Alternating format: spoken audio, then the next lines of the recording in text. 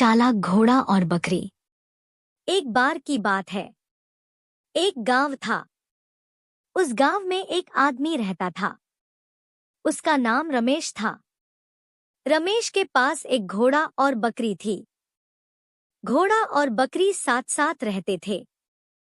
ये दोनों पशु रमेश के प्रिय थे, क्योंकि वे उसके दिल में एक खास स्थान रखते थे। रमेश एक गांव से दूसरे गांव में माल सामान की हेराफेरी करता था। बारिश का मौसम आने वाला था। अब यहाँ पर रमेश का सामान पूरा होने वाला था। वह सामान लेने के लिए खेत में गया। तभी बारिश शुरू होने लगी। काफी समय बीत गया। रमेश अभी तक घर लौटा नहीं था। बारिश बहुत अधिक बढ़ने लगी।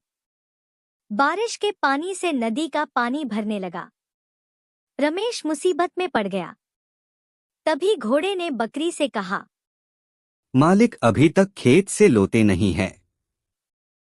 हमें खेत में जाना चाहिए ताकि हमारे मालिक की मदद कर सके।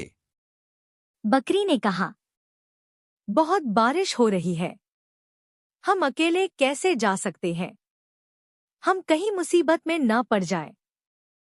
घोड़ा बड़े ही आत्मविश्वास से कहता है, मुझे पूरा भरोसा है कि हम साथ मिलकर इस कठिनाई को पार कर सकते हैं। दोनों ने खेत में जाने का निर्णय लिया।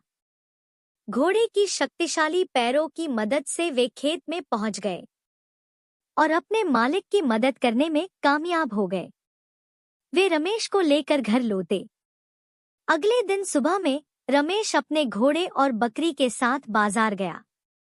वह दिन भर मेहनत करके थकाहारा घर लौटता था।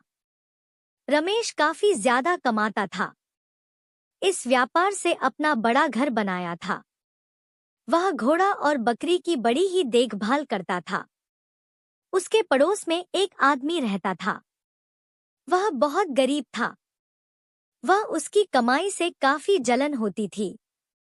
उसकी कमाई देख नहीं सकता था। वह घोड़े और बकरी को चुराने की कोशिश करी, लेकिन वह पकड़ा गया। वह सोचता था कि ऐसा क्या करूं ताकि उसका घोड़ा और बकरी मर जाए। तभी उसकी पत्नी ने उसको युक्ति बताई।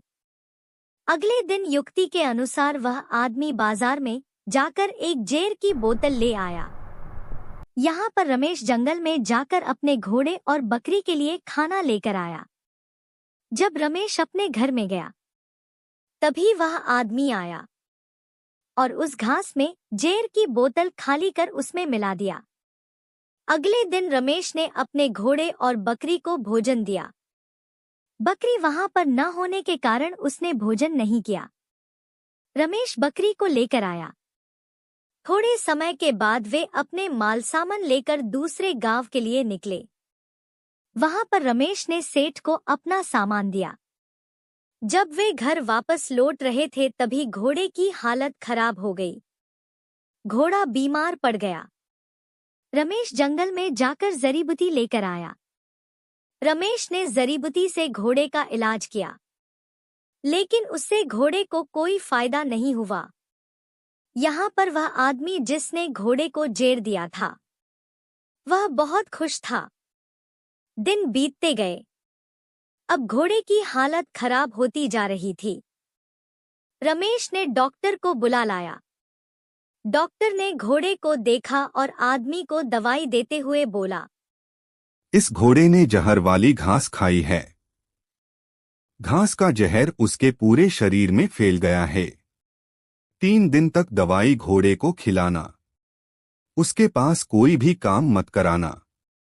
इस दवाई के बाद भी यह नहीं उठा तो इसकी जान लेनी होगी, क्योंकि ये बीमारी दूसरे जानवरों में फैल सकती है। तो इसलिए उसे दूसरे जानवर से अलग रखना और उसका भोजन को भी अलग रखना। डॉक्टर की बात बकरी ने सुन ली। बकरी और घोड़े में गहरी दोस्ती थी। डॉक्टर के जाने के बाद वह बकरी घोड़े के पास गई और बोली, दोस्त, तुम्हारे शरीर में जेर फैला हुआ है। अगर अगले 3 दिन तक तुम्हें इस दवाई से कोई असर नहीं हुआ और तुम इस दवाई से नहीं उठे तो तुम्हें मार डालेंगे। उठ जाओ। रमेश ने घोड़े को रोज दवाई दी, लेकिन उससे कोई फायदा नहीं हुआ। घोड़ा नहीं उठा। घोड़े की हालत वैसी की वैसी ही थी। 3 दिन तक उसकी दवाई चलती रही। बकरा रोज उसके पास आकर उसका हौसला बढ़ाता रहा, उठ जाओ उठ जाओ। 3 दिन गुजर जाने के बाद भी घोड़ा नहीं उठा। आखिर 3 दिन पूरे हो गए। अगले दिन डॉक्टर आया। डॉक्टर ने घोड़े को देखा। डॉक्टर ने रमेश को कहा, घोड़े के शरीर के अंदर जहर का असर शुरू हो गया है। अब उस घोड़े को मरना होगा, नहीं तो इस बीमारी से कई जानवर की मौत हो सकती है। रमेश ने घोड़े को जहर देकर मारने का फैसला कर लिया। रमेश और डॉक्टर शहर के बाजार में जहर लेने के लिए गए। बकरी ने रमेश और डॉक्टर की बात सुन ली थी। वह काफी परेशान हो गई थी। उनके बाजार जाने के बाद वह जल्दी से घोड़े के पास गई और बोली, दोस्त, मालिक और डॉक्टर जहर लाने के लिए बाजार गए हैं। ये आखिरी मौका है। नहीं उठे तो मौत तय है। वे लोग तुम्हें जहर देकर मार डालेंगे। घोड़ा मौत के डर से घबरा गया। वह मरना नहीं चाहता था। वह अपनी पूरी शक्ति लगाकर उठने की कोशिश करने लगा। बकरी भी उसका पूरा हौसला बढ़ाती थी और घोड़ा किसी प्रकार उठकर खड़ा हो गया। खड़े होकर वह चलने लगा। उसके कुछ देर बाद दौड़ने लगा। डॉक्टर और रमेश जब बाजार से जहर लेकर घर लौटे तो घोड़े को दौड़ता हुआ पाया। रमेश यह देखकर काफी खुश हो गया। उसने डॉक्टर को घोड़े का इलाज करने को कहा। डॉक्टर घोड़े के पास गया और उसकी तपास की।